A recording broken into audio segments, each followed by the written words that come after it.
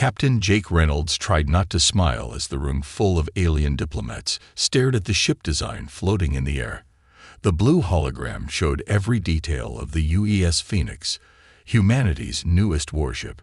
It looked sleek and dangerous, even as just a picture. The meeting room on Galactic Union Station Alpha was big and round, with seats for all 12 alien races. The lights were dim so everyone could see the hologram clearly. Reynolds stood with Admiral Wilson, who was pointing at different parts of the ship design. "As you can see," Admiral Wilson said, "we've put the quantum pulse drive next to the shield generator. This makes the ship use much less power than normal." The room was quiet. Too quiet. Reynolds looked at the aliens' faces. The bug-like Trill seemed angry. The blue-skinned Veldorans looked shocked. The rock-like Arctians were hard to read, but they were leaning forward, always a sign of interest. Finally, the Trill ambassador stood up. He was tall, with a hard shell and clicking mouthparts. "This is impossible," he said, his voice sharp and loud. "The energy would tear your ship apart. You agreed to these limits when you joined us." Reynolds knew this would happen. Humans had only been part of the Galactic Union for 15 years. They were the newest members by hundreds of years. When Earth joined, they had to follow rules about what kinds of weapons and ships they could build. These rules kept peace between all the different alien races. The Phoenix broke those rules. Well, sort of. Admiral Wilson slid a small crystal across the table. It contained all the technical data about the ship.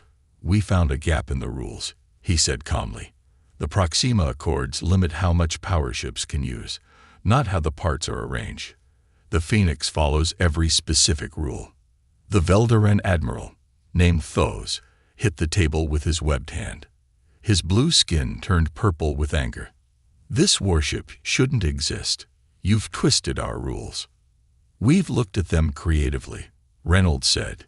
He stepped forward. "And with the hive bugs attacking neutral space, the Union needs all the help it can get." The room erupted in angry voices. Some aliens shouted, others whispered to each other. The Phoenix wasn't just a ship, it was a statement. Humans had found a way around rules that had limited everyone else for centuries. 3 days later, Reynolds sat in a small bar on the lower level of the station. The place was designed to make all species comfortable, with different gravity settings in different areas. Reynolds sat in the human section, drinking something that was supposed to taste like whiskey, but didn't quite manage it. "Is this seat taken?" a voice asked. Reynolds looked up to see Mira, his old friend, and the lead engineer on the Phoenix project. She was tall and thin with dark hair pulled back tightly. "Please," he said, gesturing to the empty chair. "How did the technical review go?" Mira sat down with a groan. 6 hours of explaining our design to angry aliens, but they couldn't find any actual rule violations. Just a lot of "this isn't how things are done." Reynolds smiled. "That's humanity's specialty, not doing things how they're done." The Arctian representative actually seemed impressed. Mira said, ordering a drink with a wave of her hand. "Asked a lot of smart questions. The Trill and Veldorans are pushing for an emergency council vote to ban the design specifically," Reynolds said. "But word is they don't have enough support. Because half the council is secretly excited to see what the ship can do," Mira said with a small smile. "Even if they won't admit it." Reynolds nodded. The Galactic Union had been at peace for so long that many species had stopped innovating. The same ship designs had been used for hundreds of years. The Phoenix was something new. "Did you hear?" Mira asked, lowering her voice. "They're giving you command of the Phoenix." Reynolds sat up straighter. "What? When was this decided?" "This morning. Admiral Wilson pushed for it. Said you understand the ship better than anyone else." Reynolds felt excitement and worry at the same time. The Phoenix was untested. Theoretical. It might work perfectly, or it might explode the first time they tried to use the quantum drive. "When do we launch?" he asked. 2 weeks, Mira said. "They're rushing it because of the hive attacks. I'll be coming as chief engineer, by the way. Reynolds raised his glass. To breaking the rules. Mira clinked her glass against his. To breaking them creatively. 1 week later, Reynolds stood in a large observation room, looking at the Phoenix as it sat in the massive construction dock. The ship was bigger than he expected. 500 meters long, with smooth black armor and blue energy lines running along its hull. Impressive, isn't it? Admiral Wilson said, walking up beside him. It's beautiful, Reynolds said honestly. The council vote failed, Wilson said. The Phoenix has official approval to launch, though 6 species filed formal protests. Reynolds turned to face the admiral. Sir, can I ask you something? Wilson nodded. Was this the plan all along? To force the Union to change?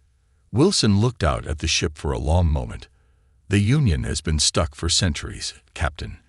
Same ships, same weapons, same tactics. Meanwhile, the hive keeps evolving, keeps getting stronger. Someone needed to shake things up.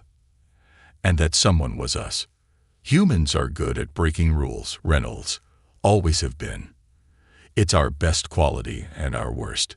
But right now, the galaxy needs rule breakers. Reynolds looked back at the Phoenix. What are my orders once we launch? Patrol the border near the Cygnus corridor. Show the flag. Let the hive see what they're up against. Reynolds nodded. The Cygnus corridor was the latest area under attack by the hive. A growing threat of insect-like aliens different from the Trill. No one knew where they came from, but they had been attacking outer colonies for the past year. 1 week until launch, Wilson said. Your crew is being notified now. Any of them aliens? Reynolds asked. Wilson shook his head. Not this time. The other species weren't ready to put their people on an impossible ship. Their loss, Reynolds said. Indeed, Wilson agreed, though I suspect that will change after the Phoenix proves itself. As Wilson left, Reynolds kept looking at his new command, the ship that shouldn't exist, the rule breaker. In 1 week, they would find out if breaking the rules was enough to face what was coming. 1 week passed quickly. Launch day arrived with little fanfare. The Galactic Union leadership had decided a quiet departure was best. No ceremony, no speeches. The Phoenix slipped away from the station like a secret being whispered to the stars. Captain Reynolds stood on the bridge, watching as his crew worked at their stations. Everything was new. The screens, the chairs, even the air smelled new. The bridge was bigger than standard Union ships, with a wide view screen showing the blackness of space ahead. All systems check complete, Captain, said Commander Davis, his second in command. Davis was a solid man with a calm voice. We are ready to engage main engines. Reynolds nodded. Take us out, helm. 1/4 power. Lieutenant Parker, a young woman with short blonde hair, touched the controls. 1/4 power, by. The Phoenix moved smoothly, its engines barely making a sound. That was one of the strange things about the ship. It was quieter than it should be. The quantum pulse drive, when not at full power, hummed instead of roared. We've cleared the station's traffic zone, sir, Parker reported. Set course for the Cygnus corridor, standard speed, Reynolds ordered. Let's break her in gently before we try anything fancy. As the ship accelerated, Reynolds felt a surge of pride. The Phoenix might be controversial, but it was his now, his responsibility, his command. He pressed a button on his chair. Bridge to engineering. Engineering here, Mira's voice replied. How are things looking down there, Chief? The engines are purring like kittens, Captain, but I'm watching the quantum drive temperatures. They're running a bit hot, even at standard speed. Reynolds frowned. Anything to worry about? Not yet, Mira said, but I'd like to make some adjustments before we try a quantum jump. You've got 2 days before we reach the patrol zone. Make whatever changes you need. Understood, Captain. Engineering out. Reynolds leaned back in his chair. The first real test would come when they had to use the quantum pulse drive at full power. That was the heart of the Phoenix's impossible design, the drive that could push the ship faster than any other in the Union fleet, in theory. The next day, Reynolds toured the ship, meeting the crew and checking each department. The Phoenix carried 200 people, small for a ship its size, but the advanced systems meant fewer crew were needed. His last stop was engineering, where he found Mira under a large panel, only her legs sticking out. Tools were scattered around her. "Problems?" he asked. Mira slid out, her face smudged with grease. "Just making adjustments. The quantum drive is designed to work with the shield generators in a way no one's tried before. Everything looks good on paper, but paper doesn't fly in space," Reynolds finished. It was an old saying among spacers. "Exactly." Mira stood up and wiped her hands on a rag. "I've reduced the power flow by 6%. It should run cooler now. Will that affect performance?" "It means we'll use slightly more energy when we jump, but the system will be more stable. Better safe than scattered across 3 sectors." Reynolds nodded. "Good call." Alarm sounded, and both their communicators beeped at the same time. "Captain to the bridge," came Commander Davis's voice. Reynolds and Mira exchanged looks before they both ran for the door. When Reynolds reached the bridge, Davis was standing by the communication station. "Report," Reynolds said.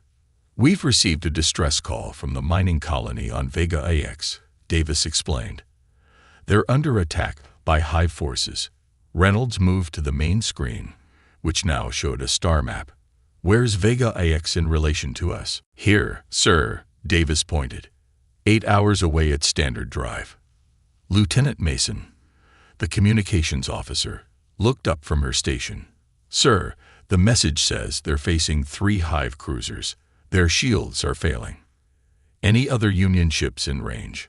Reynolds asked. "The U.S. Defender is 10 hours out," Mason replied.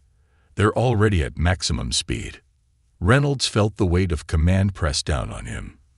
Vega IX was a small mining colony with about 10,000 people.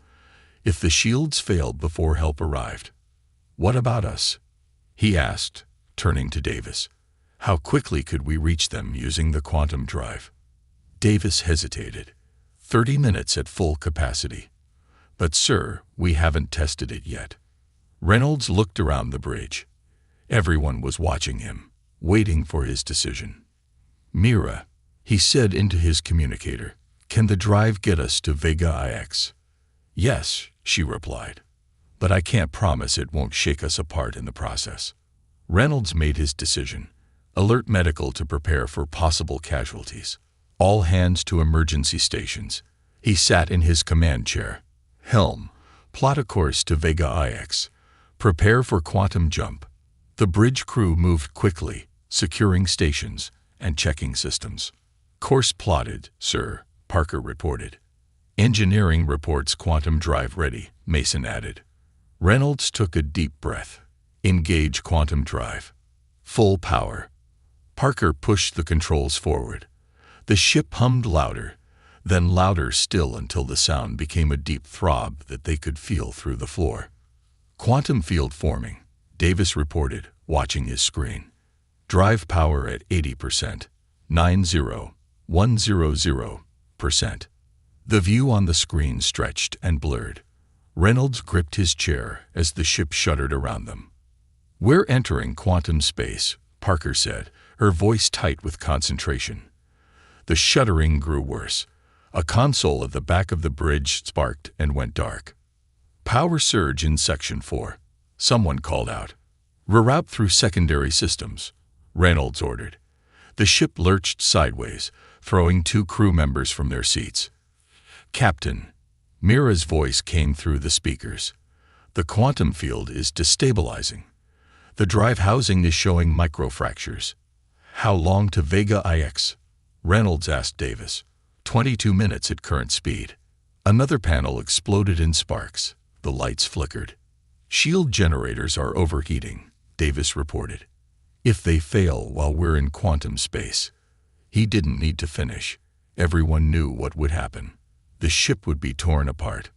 "Mira, "Can you stabilize the drive?" Reynolds asked. "I'm trying. Diverting coolant now. It's working, temperature dropping. But the microfractures are still spreading."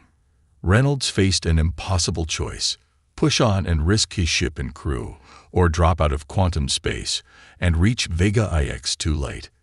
"Captain," Davis said quietly, "Vega IX has 10,000 civilians." Reynolds nodded. "Maintain course and speed. Mira, do whatever you have to. Keep that drive together for 20 more minutes."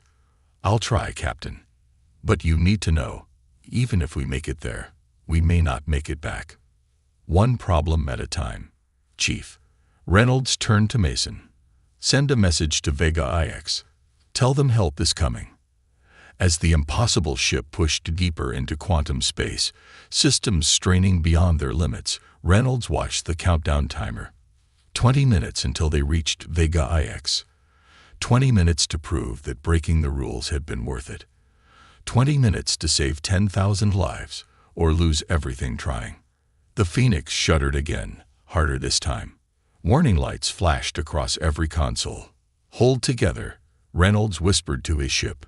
"Just hold together." The Phoenix burst out of quantum space with a flash of blue light.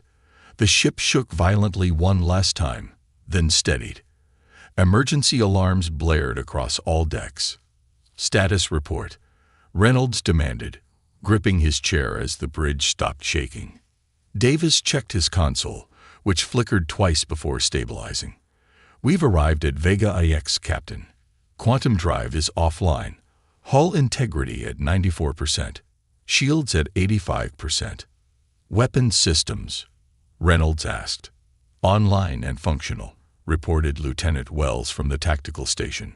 Reynolds looked at the main view screen. The scene before them was chaos. 3 massive Hive cruisers surrounded the small mining colony of Vega IX. The colony's shields glowed weakly under constant bombardment from Hive weapons. "Time until their shields fail?" Reynolds asked. Mason checked her readings. 15 minutes at most, sir." "Open a channel to the colony," Reynolds ordered. After a moment, Mason nodded. "Channel open. This is Captain Reynolds of the UES Phoenix. We've received your distress call and are moving to engage the Hive forces. Hold on a little longer." A strained voice replied over the speakers. "Phoenix, this is Governor Bell. Thank God you're here. Our generators can't take much more. We have 10,000 people in the shelters." "We'll handle it," Reynolds promised. "Phoenix out." He turned to Davis. "Tactical assessment." Davis studied the display. 3 Hive cruisers, standard formation. "They haven't noticed us yet. They're focused on the colony."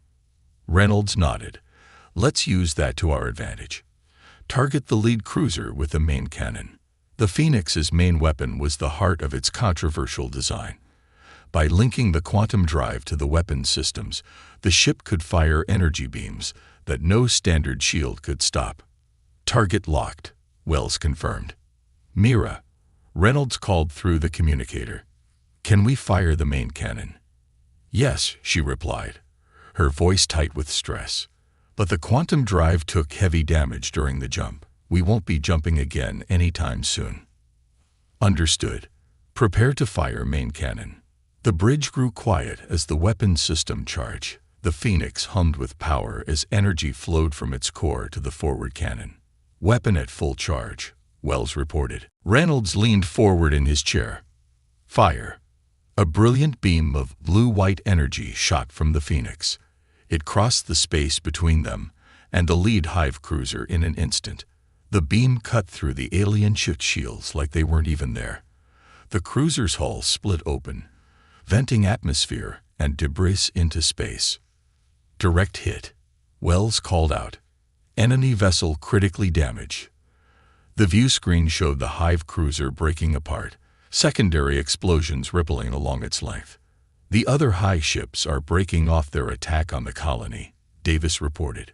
"They're turning to engage us." Reynolds had expected this. "Helm, bring us between the Hive and the colony." "Tactical, prepare secondary weapons." The Phoenix moved smoothly into position, its engines pushing it faster than a ship its size should be able to move. On the view screen, the two remaining Hive cruisers grew larger as they approached. "They're powering weapons," Wells warned. "Raise shields to maximum," Reynolds ordered. "Evasive pattern Delta." The first shots from the Hive ships flashed across space. Most missed as the Phoenix twisted away, but two hit directly. The ship rocked under the impact. "Shields holding at 72%, Davis reported. "Return fire. All secondary cannons," Reynolds ordered. The Phoenix's smaller weapons opened up, sending pulses of energy toward the Hive ships. Unlike the main cannon, these were standard Union weapons, and the Hive shields blocked most of the shots. "Minimal damage to enemy vessels," Wells said. Reynolds frowned. The main cannon needed time to recharge after its first shot. They would have to hold out until it was ready again. "Captain, we're being hailed," Mason said with surprise. "By the Hive." This was unusual. The Hive rarely communicated with Union forces. "On screen," Reynolds said. The view screen changed to show a Hive commander. The alien looked like a giant insect with multiple eyes and a hard exoskeleton. Its mandibles clicked as it spoke. "Human vessel," the Hive commander said, its voice translated by the ship's computer. "Your ship configuration is unknown to us. You have destroyed one of our cruisers. Surrender now or be destroyed." Reynolds stood up from his chair. "This is Captain Reynolds of the UES Phoenix. You are attacking a civilian colony in Union space. It is you who should surrender." The Hive commander's eyes seemed to narrow. "Your ship should not exist. Our scans show impossible energy readings." "That's why it's called the Phoenix," Reynolds replied with a small smile. "Now back away from the colony, or we'll show you what else this impossible ship can do." The Hive commander clicked its mandibles angrily. "You will be destroyed." The screen went dark. "Well, that went well," Davis commented dryly. "How long until the main cannon can fire again?" Reynolds asked. 3 minutes, Wells replied. "We might not have 3 minutes," Davis warned. "Both Hive cruisers are moving to flank us." Reynolds thought quickly. The Phoenix's regular weapons couldn't penetrate the Hive shields effectively, and their main advantage was temporarily unavailable. "Mira," he called to engineering. "What's the status of the shield generators?" "Running hot but stable," she replied. "What are you thinking?" "Can we reverse the energy flow? Push power outward instead of holding it in?" There was a pause before Mira answered. "You want to create a shield pulse. That's never been tested."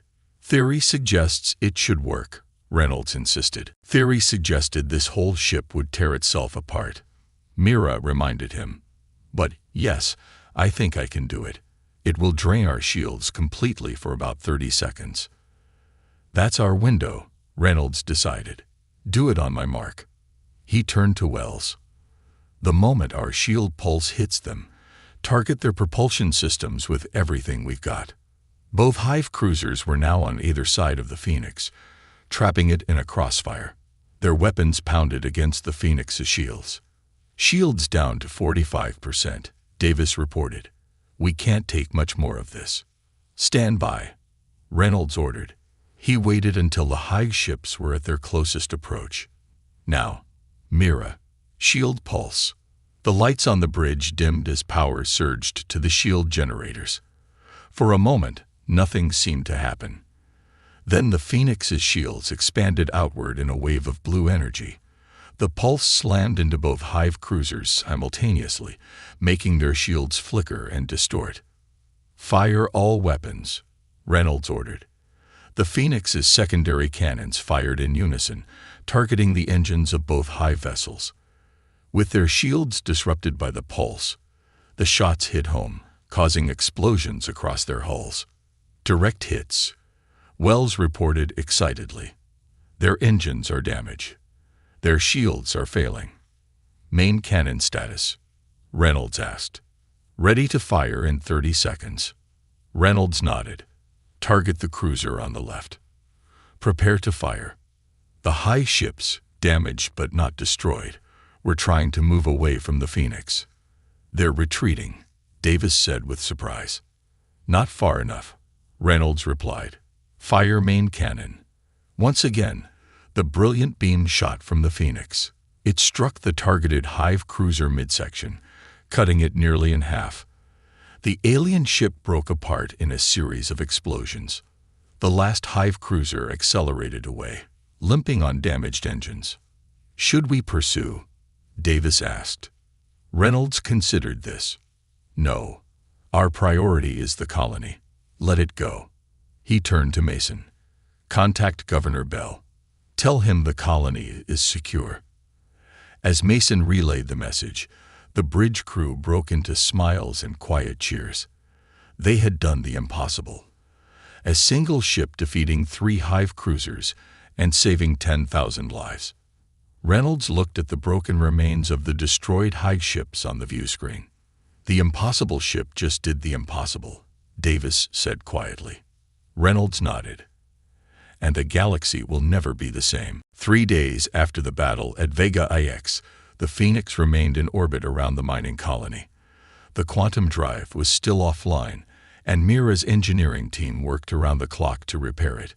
Standard Union ships had arrived to help the colony and provide additional protection. Captain Reynolds sat in his quarters, reviewing reports on a screen. There was a knock at his door. Enter, he called. Commander Davis stepped inside, holding a datapad. Sir, we've received a message from Union Command. They want us to return to Galactic Union Station Alpha as soon as possible. Reynolds frowned. Did they say why? No, sir, but there's more. The message was marked highest priority and signed by Admiral Wilson himself. Reynolds stood up. How are the repairs coming? Chief Engineer Mira says the quantum drive should be operational in 12 hours. Limited capacity only, maybe 30% of normal power. That will have to do, Reynolds said. Set course for Union Station Alpha. We leave as soon as the drive is ready. Davis hesitated. Sir, there's something else. News of what happened here has spread throughout the Union. We're getting messages from everywhere, some congratulating us, others. He paused. Others not so happy. Reynolds finished for him. Yes, sir. The Trill and Velderan ambassadors have officially protested our unauthorized weapons deployment. Reynolds smiled grimly. We just saved 10,000 lives. You'd think they'd be more grateful. 10,000 human lives, Davis pointed out. And we did it with a ship that breaks all their rules. Reynolds nodded. Prepare the crew for departure. I have a feeling this is just the beginning of our troubles. The return journey took 3 days at reduced speed. When they finally arrived at Union Station Alpha, the Phoenix was escorted by 4 standard Union patrol ships, an honor guard, or prison guards. Reynolds wasn't sure which. As they docked, Reynolds stood on the bridge, watching the station grow larger on the view screen. Captain, Mason called from communications. We're being hailed by the station. On screen, Reynolds ordered.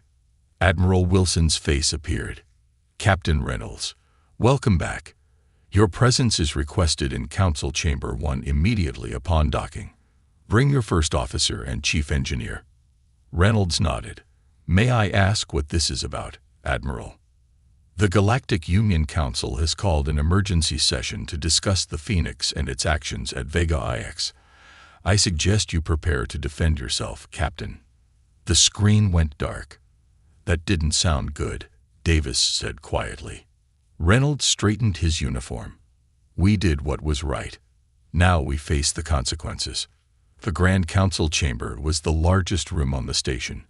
It was circular, with raised seats for the representatives of all 37 member species of the Galactic Union. In the center was a speaking platform where those addressing the council would stand. The chamber was packed. Every seat was filled, and the viewing galleries were crowded with diplomats, military officers, and journalists from across the galaxy. Reynolds, Davis, and Mira entered and walked to the center platform. Admiral Wilson waited for them there. This is bigger than I expected, Reynolds whispered. The fate of the Phoenix has become the biggest story in the Union. Wilson replied quietly. What you did at Vega IX has forced everyone to take sides. The Veldaren Council Chair, Admiral Thos, called the session to order. His blue skin looked almost purple under the chamber lights. This emergency session will now begin, he announced. We are here to discuss the deployment of the UES Phoenix, a ship whose very existence violates the spirit of the Proxima Accords and its actions in the Vega system. The Trill ambassador stood up. The human vessel used weapons of a type expressly forbidden by our agreements. They have upset the balance of power that has kept peace for centuries. Shouts of agreement came from several sections of the chamber. The Archean representative, a crystalline being that glowed softly, raised a limb. Point of order, its translated voice chimed. The Phoenix's weapons were not explicitly forbidden. The humans found a creative solution to work within our rules. Rules that were meant to prevent exactly this kind of military advantage. The Trill insisted. Reynolds watched as the debate grew heated. Different species took different sides. The militaristic races seemed impressed by the Phoenix's capabilities. The diplomatic ones worried about precedent. The scientific minds were simply curious about human innovation. Finally, Admiral Wilson stepped forward. Members of the Council, I remind you that without the Phoenix, Vega IX would have fallen. 10,000 civilian lives were saved because this ship existed. At what cost? Asked the Veldaren chair. If every species begins building ships like the Phoenix, where will it end? An arms race. War. Reynolds asked for permission to speak. When it was granted, he stepped to the center of the platform. I am Captain Jake Reynolds of the UES Phoenix. I want to make one thing clear. We did not set out to break your rules. We found a way to solve problems within them. He paused, looking around the chamber. The Phoenix saved lives. That's what ships like ours should do. A representative from a small, peaceful species called the Lumi stood up. They rarely spoke in council meetings. Captain Reynolds, what happens when another species builds ships like yours and uses them not to save lives, but to take them? Reynolds had no easy answer for that. Before he could respond, the chamber doors opened. A tall, insect-like alien entered, but not a Trill. This was a hive commander, flanked by Union security guards. The chamber went silent with shock.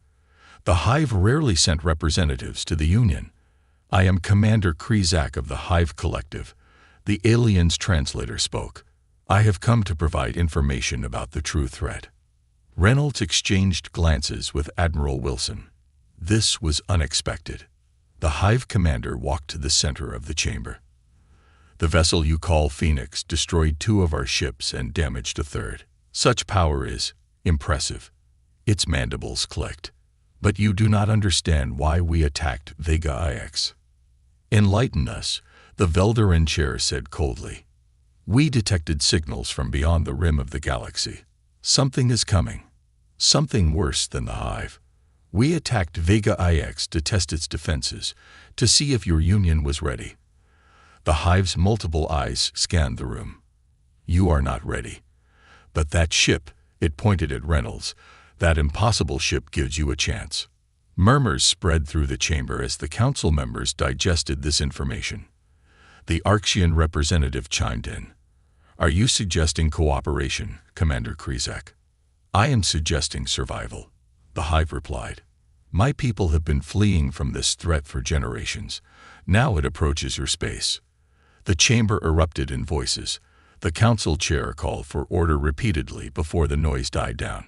In light of this new information, the chair announced, I propose we table the issue of sanctions against Earth for the Phoenix's design.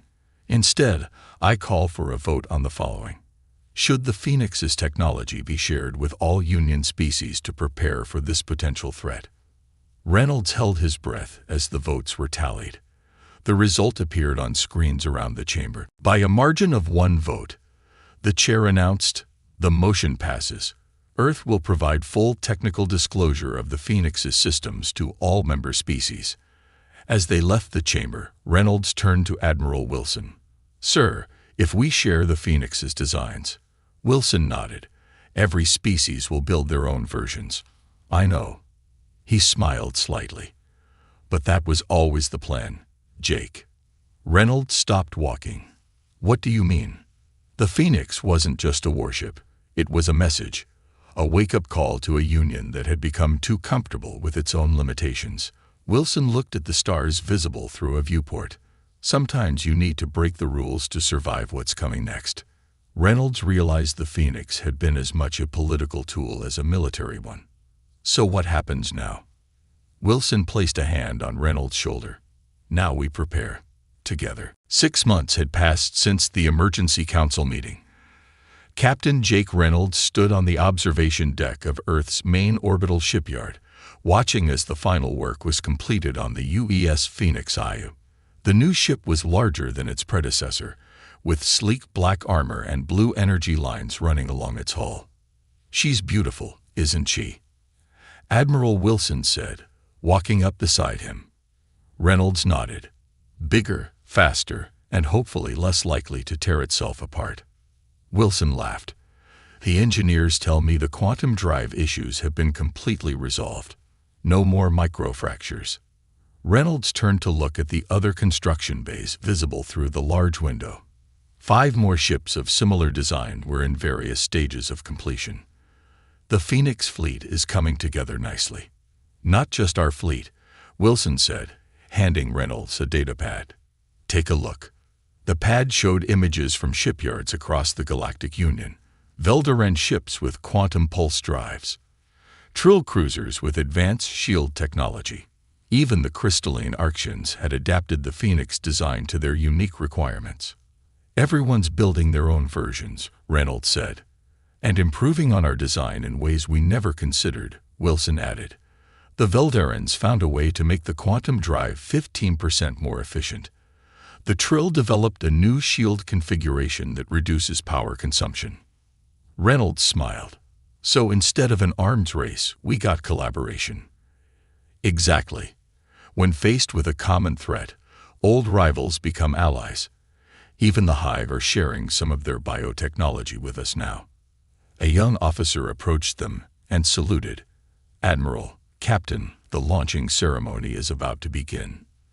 They followed her to the main ceremony hall, which was filled with officers from Earth and representatives from every Union species. At the front of the room was a large view screen showing the Phoenix Eye and its docking clamp. Wilson took the podium. 6 months ago, the Phoenix was considered impossible. It broke rules that had limited our potential for centuries. Today, we launch not just a new ship, but a new era of cooperation. He gestured to the alien representatives. Each of your worlds has contributed to the Phoenix Eye. Veldaren engine improvements, Trill shield configurations, Arctian sensor arrays, even Hive biological interfaces. Together, we've built something greater than any of us could have created alone. Reynolds sat in the front row, next to Mira, who would again serve as chief engineer. She leaned over and whispered, "Did you ever think breaking the rules would lead to this?" Reynolds shook his head. Never. But I'm glad it did. After the speeches, Reynolds made his way to a shuttle that would take him to his new command. As he waited in the boarding area, Commander Davis approached. "Ready for another adventure, Captain?" Davis asked. "More than ready," Reynolds replied. "Though I admit, I'm curious about our mission." The orders were vague. Davis nodded. "All we know is that we're leading a mixed-species task force beyond the edge of charted space, to find whatever the Hive have been running from," Reynolds said quietly. The shuttle trip to the Phoenix Eye was short. When they arrived, Reynolds was surprised to see a diverse crew working throughout the ship, humans alongside Veldarans, Trill, and even a few Hive specialists. "Captain on deck," someone called out as Reynolds stepped onto the bridge. Reynolds looked around. The new bridge was larger, with more advanced displays. Some of the stations were designed specifically for non-human crew members, wider seats for the Veldarans, standing platforms for the Trill. "Status report," Reynolds ordered as he took his seat in the command chair. "All systems nominal, Captain. reported Lieutenant Parker from the helm. "Quantum drive at full capacity and stable. Engineering reports ready," added Mira from her station. Reynolds nodded. "Communications, hail the other ships in our task force." Lieutenant Mason worked her controls. "Channel open to all vessels." "Sir." The main screen lit up, showing the bridges of 6 other ships, one from each major Union species, plus the original Phoenix, now commanded by a Velderan captain named Krell. "Task force captains reporting in," Mason said. Reynolds addressed them. "This is Captain Reynolds of the Phoenix Eye. Our mission is to investigate the threat from beyond our galaxy's edge. We're venturing into unknown space, facing an enemy none of us has seen before." He paused. 6 months ago, we were arguing over whether ships like ours should exist. Today, we're flying them together. I'd call that progress." The alien captains nodded or made their species equivalent gestures of agreement. "Prepare for departure," Reynolds ordered. "Form up on the Phoenix Eye once we clear the shipyard." The docking clamps released, and the Phoenix Eye moved smoothly away from the station. One by one, the other ships joined formation. The Velderan Light of Truth, the Trill Harmony of Stars, the Arxian Crystal Defender, and 3 more. As they approached the jump point, Reynolds felt a mixture of pride and tension. The first Phoenix had broken the rules out of necessity. This fleet existed because everyone had finally recognized that some rules needed to be broken. "Task force is in position," Captain Davis reported. "All ships report ready for quantum jump." Reynolds looked at his diverse bridge crew. "Lieutenant Parker, set course for the coordinates provided by the Hive intelligence, beyond the galactic rim." "Course set, sir." Reynolds took a deep breath. "Signal all ships. Prepare for quantum jump on my mark." The bridge grew quiet as everyone prepared for the jump into the unknown. "All ships acknowledge ready, sir," Mason reported. Reynolds nodded. "Engage quantum drive." The stars on the view screen stretched into lines of light as the Phoenix Eye led the task force into quantum space. The impossible ship that shouldn't exist was now leading the greatest combined fleet in Union history. As the blue swirl of quantum space surrounded them, Reynolds thought about how far they had come. 6 months ago, they were outcasts for breaking the rules. Now they were the vanguard of a united galaxy. "Captain," Davis said quietly, "do you think we're ready for whatever's out there?" Reynolds watched as the task force followed them into the quantum tunnel, ships of different designs from different worlds all working together. "I don't know," he admitted, "but I do know this. If there's one thing humans are good at, it's breaking rules when they need to be broken. And now we've taught the rest of the galaxy how to do it too." Davis smiled. "Breaking rules creatively." "Exactly," Reynolds said, "and that might just save us all." The Phoenix Eye accelerated deeper into quantum space, its impossible engines pushing it faster than any ship should be able to go, breaking the rules of physics just as its creators had broken the rules of the Galactic Union. Behind it followed the United Fleet, heading toward an unknown enemy and an uncertain future, but doing so together. Sometimes, Reynolds thought, you had to break the rules to change the universe, and humans had always been very good at that.